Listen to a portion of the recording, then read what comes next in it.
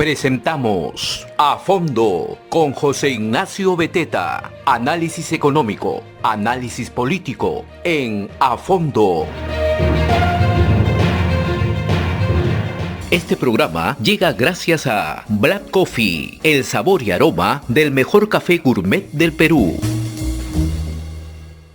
Muy buenos días, soy José Ignacio Beteta, conductor de A Fondo, también presidente y director de la Asociación de Contribuyentes del Perú, siempre gracias a este programa, a la red de comunicación regional y a nuestro auspiciador principal, que es Black Coffee, un café de especialidad que tiene el mejor sabor y aroma del café gourmet en el Perú y que apuesta por caficultores del Braem, de Oxapampa, de Amazonas de Cusco. Busquen a Black Coffee en Instagram como @black_coffee, WFWE1, Black_coffee1, y sino también al número de WhatsApp que más adelante en el programa les daré. A pesar de que ayer ha habido otra crisis nueva, una de 20 o 30 crisis en menos de 120 días, han encontrado dinero en el baño pues, del despacho presidencial, ¿no? Porque además es el baño del presidente, solamente que el despacho presidencial está ocupado también por el secretario general de Palacio de Gobierno, que es el señor Bruno Pacheco. Esta crisis, otra más, $20.000 se han encontrado en el baño del despacho del presidente de la República, $20.000,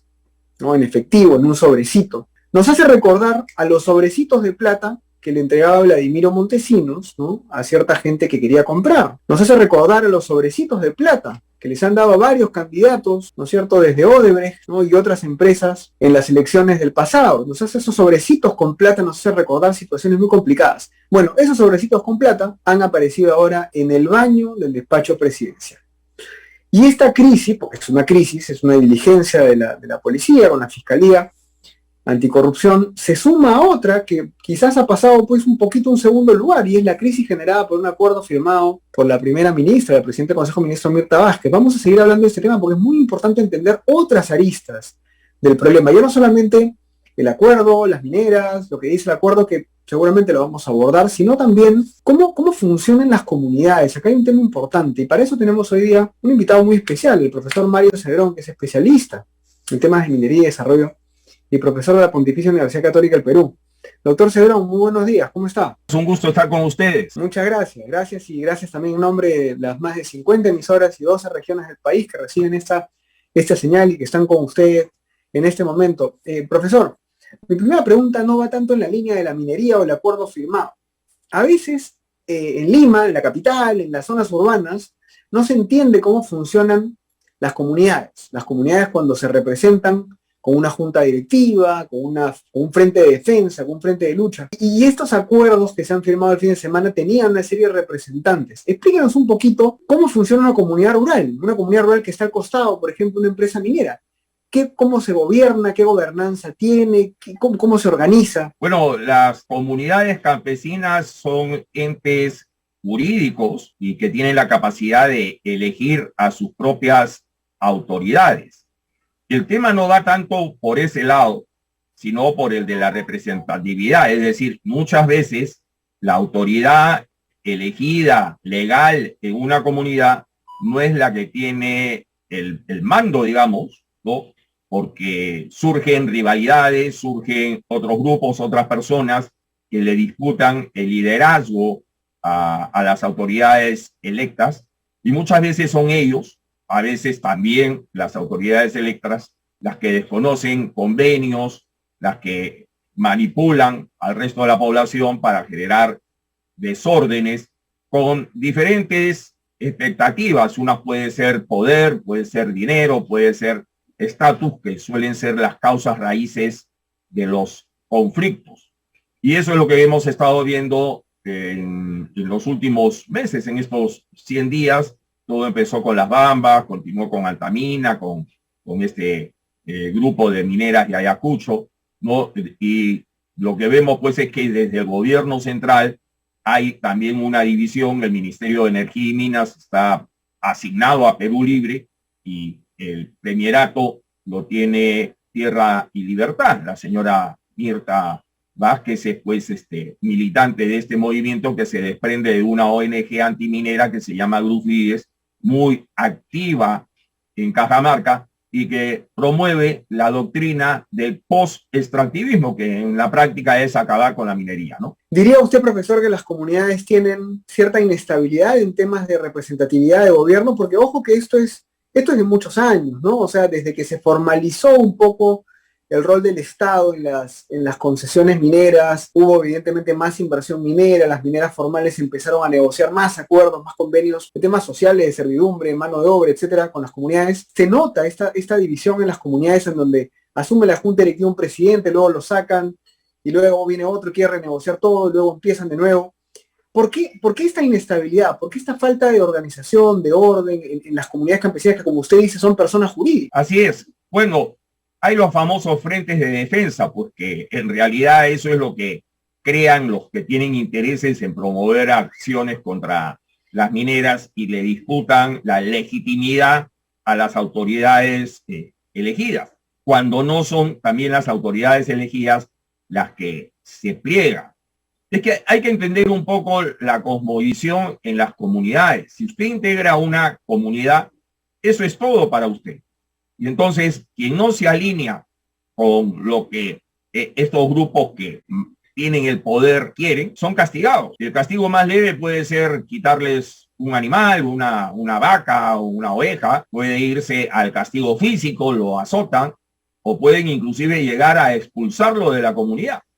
Y entonces el amedrentamiento, lo que en términos de minería se llama el terrorismo antiminero, es lo que hace que mucha de esta gente actúe de la manera que hace. Yo le voy a contar, por ejemplo, primero yo dirijo un instituto, CETEMIN, Centro Tecnológico Minero, que es el que ha capacitado a gente de las comunidades de Ayacucho, de estas 4 minas. Con muy buena voluntad se han integrado al trabajo minero, etcétera, etcétera.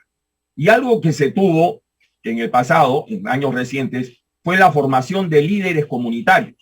Y entonces las mismas comunidades elegían a 2 jóvenes que eran enviados a Lima, se les alojaba en el club del Ministerio de Energía y Minas en la carretera central, y por 2 semanas recibían capacitación en lo que es minería. Visitaban minas en donde se podía ver, digamos, el cuidado del medio ambiente, el relacionamiento, etcétera, y regresaban a sus comunidades convencidos de los beneficios que la minería les podía acarrear. Y la idea era justamente un ganar-ganar, poder luego llegar a convenios mutuamente beneficiosos con estos jóvenes líderes.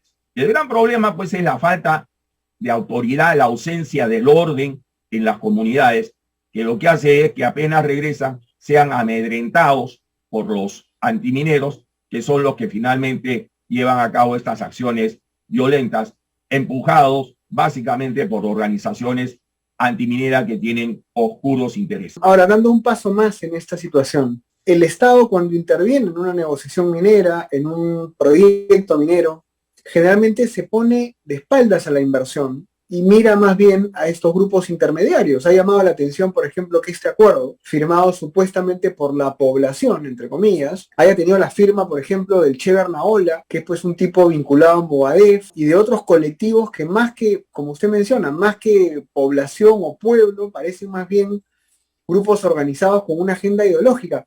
¿Qué pasa en el Estado? Ya, evidentemente este Estado, este gobierno, es un gobierno de corte antiminero, antiempresa, un poco socialista, llamémoslo como se pueda. Pero esto es algo que tiene años. O sea, el Estado siempre le tiene mucho miedo a estos grupos. Si no pone orden y no deja que la inversión funcione, evidentemente la inversión hay que supervisarla, hay que regularla, pero hay una especie de temor y que sea institucionalizado. ¿Qué pasa dentro del Estado? Que no funciona esta articulación entre minería, comunidad, minería y población. Bueno, hay que remontarse un poco en el pasado. Todos sabemos que la década del 80 fue una década perdida, el problema del terrorismo, el problema de la hiperinflación, etcétera. Prácticamente no hubo inversión minera en el Perú. Esa fue la época en donde más bien Chile creció y la minería chilena superó a la peruana. Luego vino la década del 90, en la que empieza a llegar la inversión extranjera. El caso más emblemático en la mina Yanacocha a comienzos de los 90. Hay una nueva constitución, la del 93, que abre las puertas para la inversión extranjera y en particular la minera. La legislación cambia y por lo tanto empiezan a llegar las empresas mineras extranjeras a invertir. El caso de Antamina, por ejemplo, el caso de Pierina, con Barry, etcétera, etcétera. Y detrás de ellas llegaron las ONGs antimineras internacionales y empezaron a formarse las ONGs antimineras nacionales financiadas por las anteriores. Y el primer caso emblemático antiminero que paralizó un proyecto fue el de Campo Grande en Piura el año 2000. Y ahí es donde empieza a perderse el principio de autoridad, a legitimarse la protesta violenta y más o menos que durante esa década la mitad de los proyectos mineros lograron salir y la otra mitad, Cerro Quilich y todos los demás que fueron paralizados, no pudieron salir adelante. Pero a partir de la década pasada, con el gobierno de Humala, esto se agudizó. ¿Por qué? Porque el propio gobierno central empezó por razones populistas a tomar partido por las comunidades con la excusa de la violación de los derechos humanos, las fuerzas del orden no actuaban, la total impunidad. Y tenemos el caso emblemático de Conga, que es lo que marca el punto de inflexión en lo que es la inversión minera en el Perú. Siguieron adelante algunos proyectos que ya estaban en marcha, por ejemplo, Quellaveco, ¿no? Pero luego llegamos al gobierno del señor Vizcarra, primero todavía con Humala, el tema de Tía María.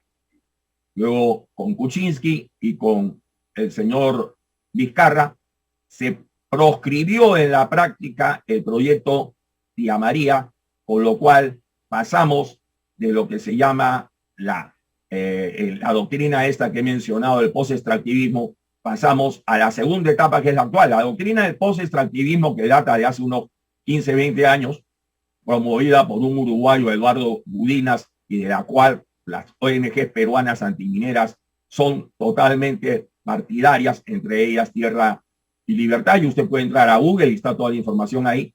Pasa por 3 etapas de lo que ellos llaman abandonar el modelo extractivista y pasar a uno post-extractivista. La primera es acabar con lo que ellos llaman el extractivismo depredador. Eso es, no más proyectos mineros, aunque digan que no son antimineros, no pasa un solo proyecto minero. Y eso ya lo consiguieron. La segunda etapa, que es la que ahora están tratando de implementar, es lo que ellos llaman extractivismo sensato. Es decir, con lo que quedó, nos quedaremos con lo que aporte más, la gran minería probablemente, y todo lo demás lo cerramos. Por eso es que se han ido en contra de estas mineras que son medianas, ¿no? Y una vez que hayan logrado ese objetivo y las grandes minas se hayan agotado, pasan a la tercera etapa que se llama el extractivismo indispensable. Es decir, producir solo lo que el país o la región requiere. Y como 99% de la producción minera del Perú se exporta, nos quedaríamos pues con 1 o 2 minitas y nada más, dejando de lado toda esta riqueza. Mire usted el caso de Inmaculada. De las 4 minas, Apumayo, Breapampa, Inmaculada y Pallancata, Inmaculada tiene reservas hasta el 2041, con lo que tienen actualmente. Hay una inversión prevista de más de 4.000 millones de dólares. Y entonces toda esa riqueza que el gobierno pretende ahora que se quede enterrada. Y de la noche a la mañana, la empresa minera Hochschild, que cotiza en la Bolsa de Londres, pierde casi el 40% de su patrimonio, solo porque a una señora se le ocurrió ir a firmar un acta para la cual ni siquiera tiene la representatividad, porque ni siquiera ha ido acompañada del ministro de Energía y Minas, y ahora con su viceministro trata de arreglar la cosa diciendo, bueno, pero pueden presentar su solicitud de ampliación, ya la evaluaremos, veremos si sale. Pero la señora primera ministra lo que dijo es, no más ampliaciones para exploración o explotación. Ellos han dicho, tal fecha cierre de minas, tal fecha la cierra. Pero es que el plan de cierre de minas es algo dinámico. usted lo prepara y lo presenta con las reservas que tiene en ese momento y el ritmo de producción que tiene previsto. Pero en el camino se sigue explorando, como es el caso de Inmaculada que he mencionado, se encuentran más reservas y entonces el plan se actualiza y uno sigue explotando. Esa es la forma como opera la minería. Pero es evidente que lo que están haciendo es implementando su famosa doctrina de post-extractivismo. Ahora, un paso más, inclusive, ya las comunidades ayacuchanas, las de verdad, digamos, no los grupos intermediarios, sino varias comunidades ayacuchanas han dicho, oye, estamos en desacuerdo con esta cuestión. Las empresas mineras ya salieron a desmentir a la ministra. Además ya vimos que Antamina cerró en un momento y dijo, bueno, no quieres mina, me cierras, y se acabó. Uchuchaco de Buenaventura también cerró, dijo, me fastidia mucho, ya teníamos algunos problemas, cierro.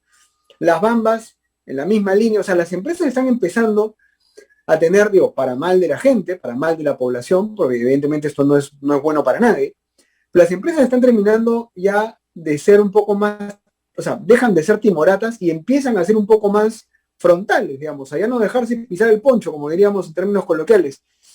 ¿Cómo debería ser, vamos a llamarlo de esta manera, la confrontación, ¿no? El enfrentar esta política antiminera, antiempresa, antiinversión que tiene este gobierno desde el sector privado de la ciudadanía, porque evidentemente el Estado tiene el poder de la violencia, tiene el poder de la ley, que de por sí, si es una mala ley, es violencia, y entonces uno se siente pues medio atrapado, ¿no? Viene la ministra, te dice que te va a cerrar, tiene el poder de la ley, el poder del Estado.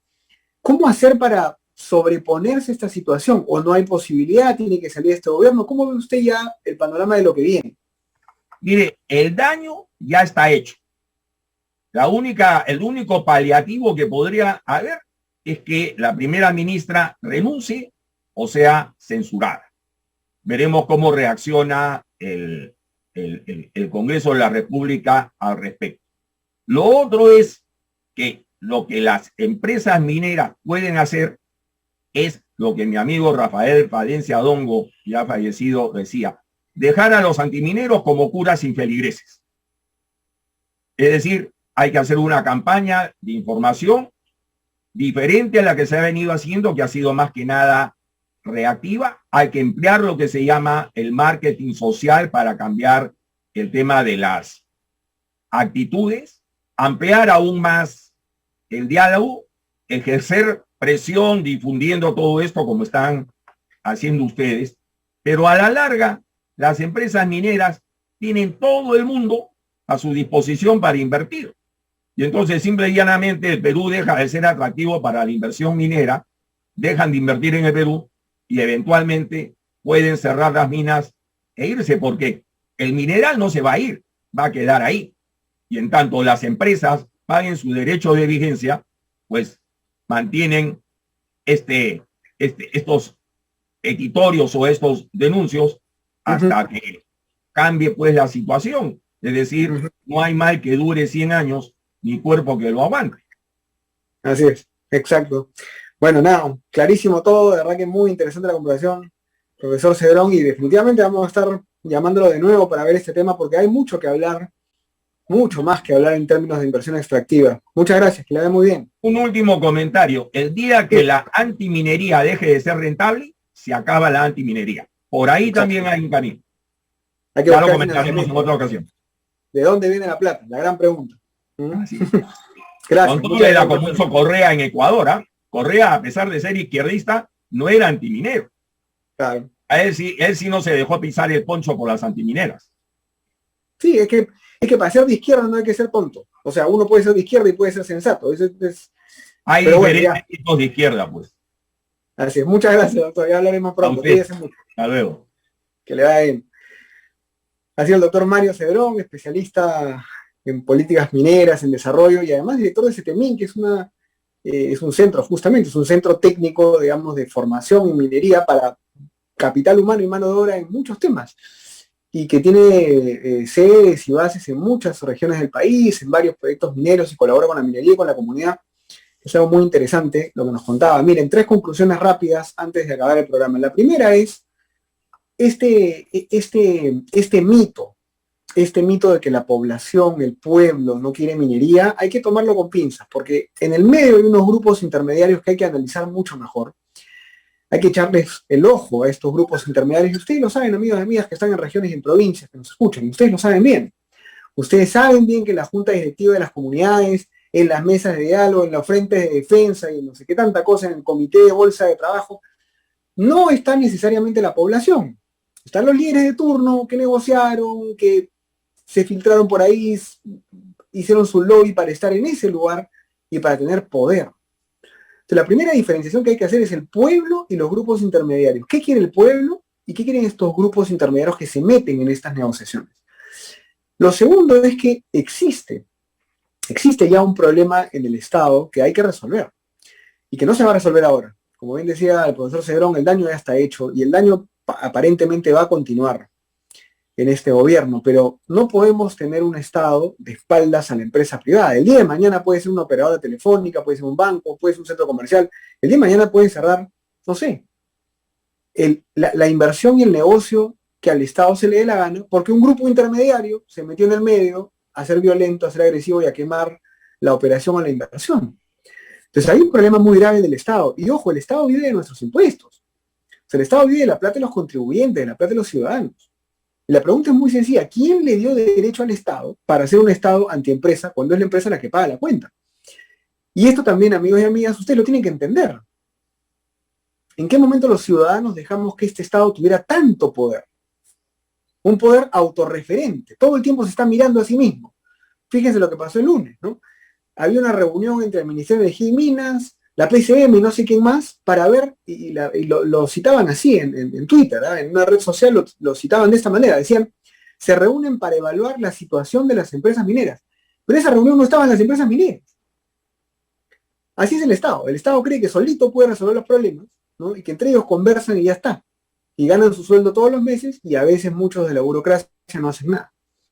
Y la tercera conclusión es, vamos a ver qué pasa con la inversión. A mí sí me preocupa muchísimo, porque es lo que también decía el profesor. A ver, el inversionista busca generar riqueza, porque ese es su riesgo, ese es su apuesta, ese es su modelo de negocio, y si no la encuentra en un lugar, se va a otro lugar. En los últimos 6 meses, y las cifras están ahí, miles de millones de dólares, o sea, no de soles, de dólares, o sea, multiplícalo por 4, salieron del país, se escaparon del país. Hubo una fuga de capitales, apenas se supo que Castillo ganaba. Y esa fuga continúa, porque hay muchos grupos económicos que están moviendo sus inversiones a Ecuador, a Colombia, a Centroamérica, incluso a Chile, con todos los problemas que tiene Chile. Entonces, el inversionista y el empresario no se queda donde hay problemas. Se queda un ratito a esperar a ver qué pasa, pero luego se va. Y cuando se va, el que pierde es tu hijo, es tu hija. La que pierde es tu prima, tu sobrina, tu mamá, tu esposo, tu esposa, porque te quedas sin trabajo. Porque de la informalidad y de una bodega y de una pequeña peluquería, sí, podemos vivir decentemente, seguramente con lo suficiente o un poquito menos de lo suficiente. Pero la inversión grande, la inversión mediana, esa es la inversión que genera proveedores, que genera consumo, que genera infraestructura, que genera impuestos y que hace que tú también tengas servicios que darle a gente que consume lo que tú produces. Entonces, mucho que pensar y mucho daño hecho en este gobierno. Vamos a ver qué pasa en los siguientes meses, pero definitivamente estamos pasando por una etapa que no es de las mejores en las que estamos. Muchas gracias por estar con nosotros. Nos vemos el día de mañana nuevamente en A Fondo. Gracias a todos. Cuídense. Hemos presentado A Fondo con José Ignacio Beteta.